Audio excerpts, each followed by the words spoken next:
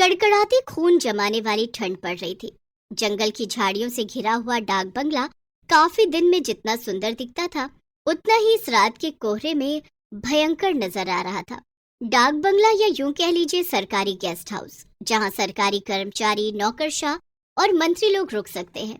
उस रात मनमोहन अपनी बीवी अनु, बेटे रवि और बेटी जीविका के साथ वहां रुकने आया होता है।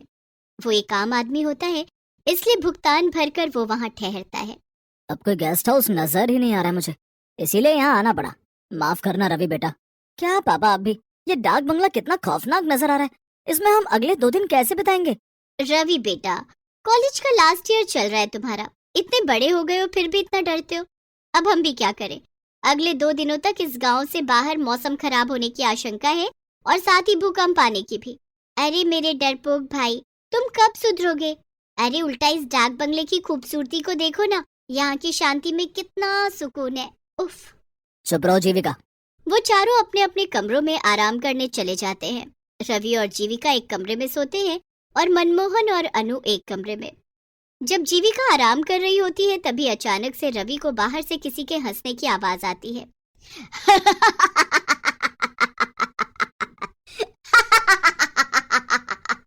मेरे पास आओ, आओ, आओ मेरे पास, आओ।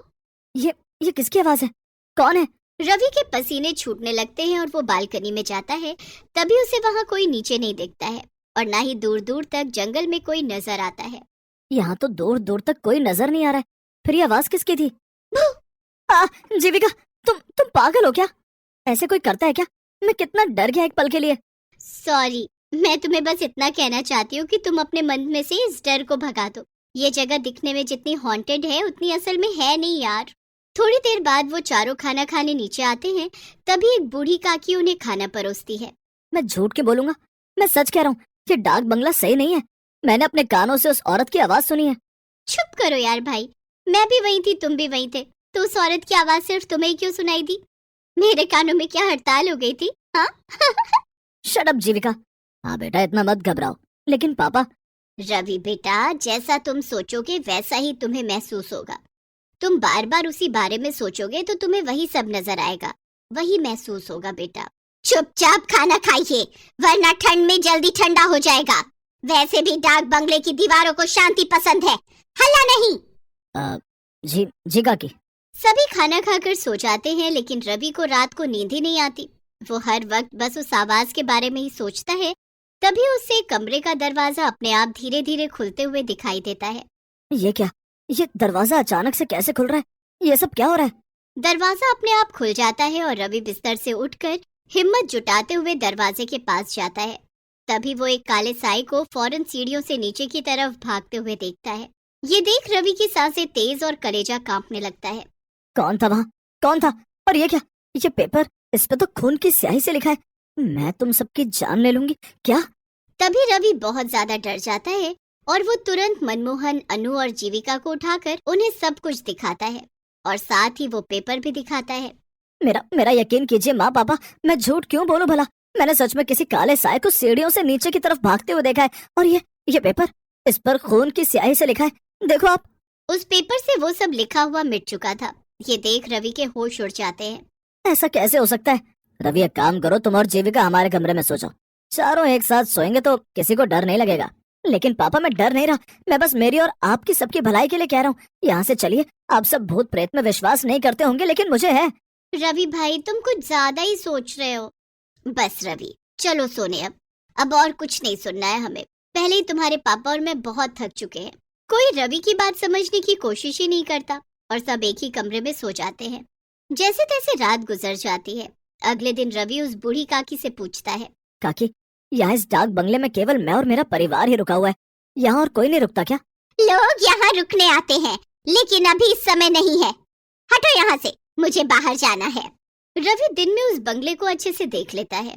मनमोहन, अनु और जीविका बाहर बैठकर बातें कर रहे होते हैं। अरे रवि भाई, आओ हमारे साथ बैठ जाओ, वरना फिर कोई भूत आकर आपको परेशान कर लेगा। बस जीविका, कितना परेशान करोगी तुम उसे चिढ़ा चिढ़ा कर। ओके बाबा, सॉरी।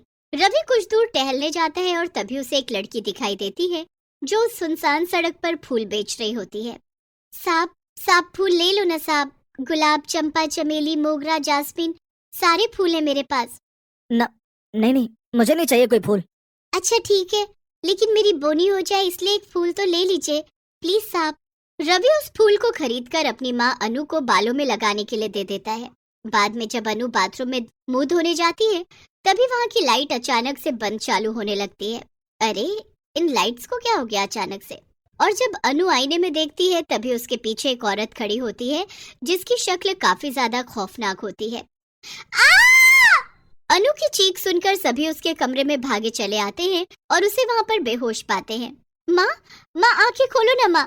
थोड़ी देर बाद जब अनु को होश आता है तभी वो उन तीनों को सारी घटना बताती है। अनु की जुबानी ये सारी बातें सुनकर उन तीनों के पैरों तले जमीन खिसक जाती है। माँ ये सब सच है? हाँ जीविका बेटी, रवि बिल्कुल सच कह रहा था।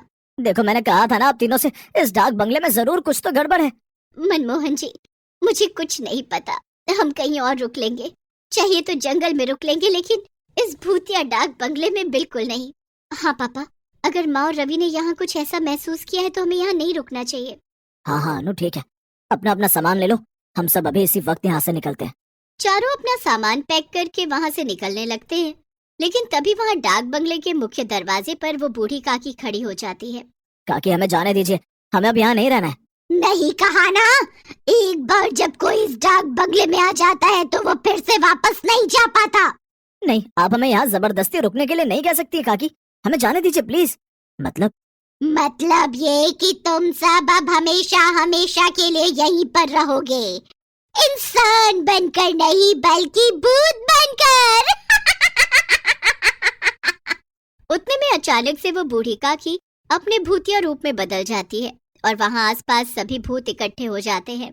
ये सब देखकर चारों की रूह कांप उठती है और रोंगटे खड़े हो जाते हैं। नहीं, बचाओ! वो चारों भागने की कोशिश करते हैं लेकिन उनके पैर नहीं हिल पाते हैं और वो जमीन से चिपक कर रह जाते हैं। नहीं, हमने यहाँ रुककर बहुत बड़ी गलती कर दी, हमें यहाँ रुकना ही नहीं चाहिए था। बचाओ! ये हमारे पैरों को क्या हो गया? ये हिल क्यों नहीं रहे? हमें बख्श दो, हमें जाने दो यहाँ से, जाने दो, हमें जाने दो। नहीं, कहा था ना मैंने। अब तुम सबका अंत है, तुम सब भी हम भूतों की बिरादरी में शामिल हो जाओगे आज। ये तो वही फूल वाली लड़की है। यही तो इस डाक बंगले का नियम है, एक बार जो यहाँ पर आया वो वापस जिंदा नहीं लौट पाता, उसे तो मरना ही पड़ता है। ये सब मैंने शुरू किया था क्योंकि कई सालों पहले इसी डाक बंगले में काम करते करते एक गेस्ट ने मेरी जान ली थी, क्योंकि मैंने उसे सोने की तस्करी करते हुए पकड़ लिया था और मैं उसका जुर्म पुलिस को बताऊं, इस डर के कारण उसने मुझे मार दिया, क्योंकि सभी इंसान ऐसे ही होते हैं, मतलबी और बुरे। सारे भूत अब उन चारों के पास आने लगते हैं और चारों काफी ज्यादा घबरा जाते हैं। लेकिन तभी हम यहाँ से भाग तो नहीं सकते, लेकिन अपने मुंह से भगवान को याद तो कर सकते हैं। माँ, पापा, जीविका, हनुमान जी ही अब हमें बचा सकते हैं। वो चारों एक साथ हनुमान चालीसा बोलना शुरू कर देते हैं। जय हनुमान ज्ञान गुण सागर, जय कपीस हूँ लोक उजागर, रामदूत अतुलित बलधामा, अंजनी पुत्र पवन सुत नामा। बंद करो, बंद करो। हनुमान चालीसा सुनकर सभी भूतों के कानों से खून निकलने लगता है और सभी एक के बाद एक खत्म होने लगते हैं, जिसके बाद चारों उनकी कैद से आजाद हो जाते हैं और वहां से निकल जाते हैं। उस दिन के बाद डाक बंगला भूतों और काली शक्तियों के कहर से मुक्त हो गया।